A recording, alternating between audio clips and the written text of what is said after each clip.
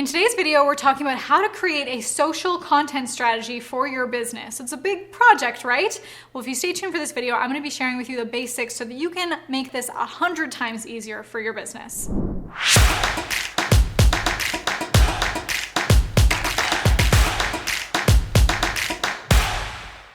Hey, I'm Marley Jaxx, CEO of Jaxx Productions, and I have helped thousands of entrepreneurs just like you create their social content strategy for their business, so you are in the right place. First, we're going to talk about the very first step you need to take before creating a social content strategy for your business. Then I'm going to give you a foolproof trick to improve your messaging across all your social content. Then I want to share with you a story about how sharing my real life on social media resulted in some massive cash flow for my business. Before you get started, there is one really important thing that you're gonna need to know before you start creating any kind of content for your social media platforms. And that is to know what platforms your audience is on, where are they hanging out, and what are they looking for. And when you know this, you'll know how to cater to your audience. The way that most entrepreneurs get burnt out is believing that they have to be on all platforms all the time. When TikTok came out, I was like, you know what? This isn't for me. And no pressure. If there's a platform that you're like, I don't know how to use Instagram, I don't know how to use Pinterest, play around with what you like, find out where your audience is, and you can double down on that platform, even if it's one.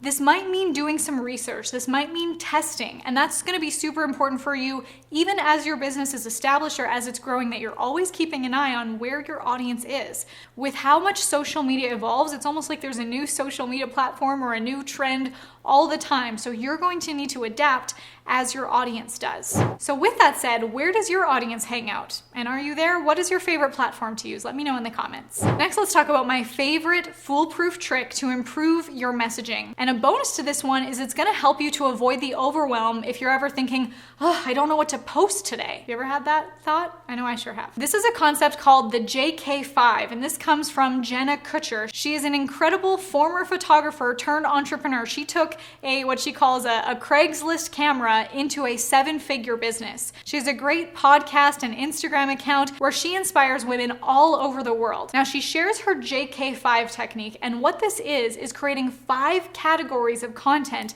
that you love to speak to. Let me give you an example. Maybe your 5 could be something like family, food, exercise, maybe there's some sort of exercise program that you love, books, and business. Those can be some of the categories that you speak to. And when you have those 5 categories, do you see how you could even go deeper on them? Let's say if you're talking about books, maybe you could go into what books you're reading, what books have changed your life, a quote from a book that you want to share with your audience. Talking about food, there's tons of things that you could talk about. You could be sharing your favorite recipes. You could share a restaurant that you went to recently. See how you can use those 5 categories and then come up with an infinite amount of content. This is also going to create consistency in your messaging. If these are the 5 content categories that you're mainly going to stick to, then your message is going to be consistent, because now all of a sudden you're not suddenly talking about car mechanics. If people are following you for these topics that they love to hear about your expertise or your lifestyle, don't do a hard U-turn and confuse your audience by talking about something totally out to lunch.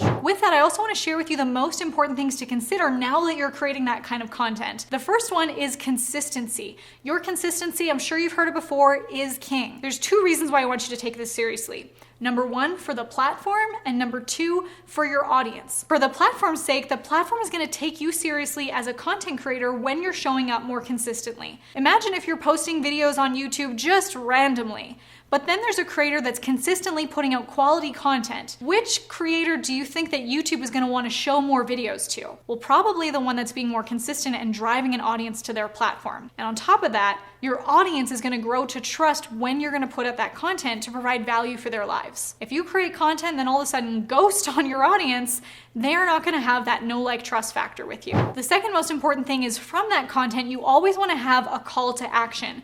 This is the action item that you want your audience to take that next step with you. So at the end of every video, you might say, hey, now I'd love for you to go check out this video. This video is going to give you the next step you need.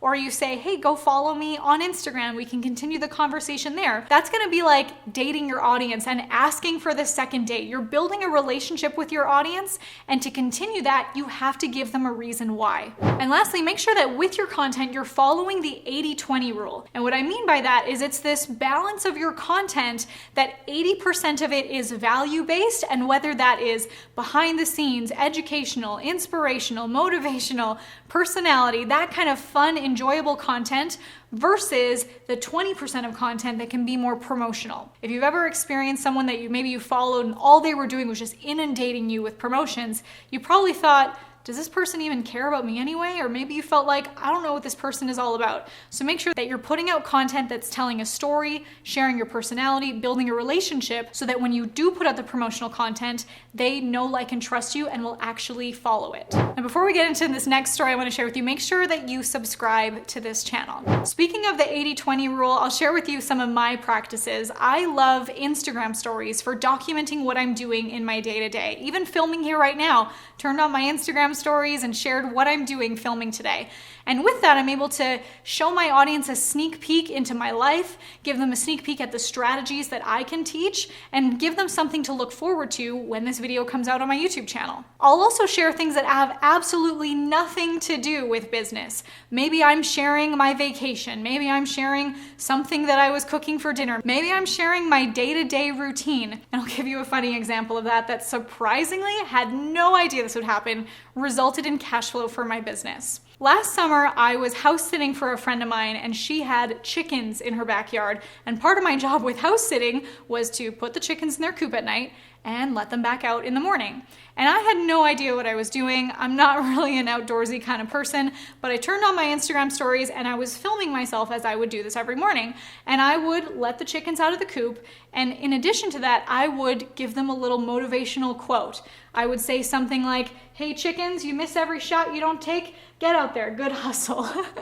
And people loved these Instagram stories so much that they were sharing them with their friends, and I got a big influx of followers. And at that time, I was also promoting a campaign for a big webinar where I was selling a high-ticket program. Well, a lot of people came in through the silly chicken stories, then got to know, like, and trust me, joined my webinar, and some of them bought into my high-ticket program. So you never know who's watching, what they're going to be interested in, and how that can result into growth for your business just by sharing your personality. If you want to know more about creating social media content that converts, I've created the next step of a training for you. It's called How to Create 6 Months of Cash Flowing Content in 3 Days Without Publishing Your Face Off for months for little to no return. So if you click the link below, I'm going to give you access to that for free.